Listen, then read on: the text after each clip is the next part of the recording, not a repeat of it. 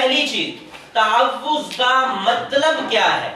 تعوذ کا مطلب ہے اللہ تعالی کی پناہ مانگنا، اللہ تعالی کی تعوذ کا مطلب ہے اللہ تعالی کی جب بھی ہم کوئی نیک کام شروع کریں تو نیک کام کو شروع کرنے سے پہلے تعوذ پڑھنا چاہیے۔ نیک کام کو شروع کرنے سے پہلے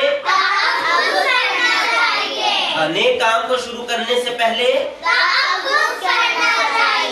سوال یہ ہوتا ہے کہ نیک کام سے پہلے تعوذ کیوں پڑھنا چاہیے؟ تعوذ پڑھنے کی کیا وجہ ہے؟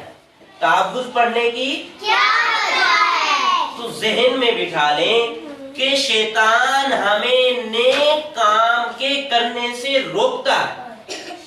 شیطان ہمیں نیک کام کرنے سے روکتا ہے، منع کرتا ہے۔ شیطان سے بچنے کے لیے ہم کیا کرتے ہیں؟ تعوذ کرتے ہیں۔ شیطان سے بچنے کے لیے ہم کیا کرتے ہیں؟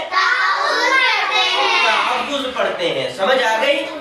ہاں، اسی طرح جب ہم قرآن کریم کو شروع کرتے ہیں تو قرآن کریم کے شروع کرنے سے پہلے کی دعا کیا ہے؟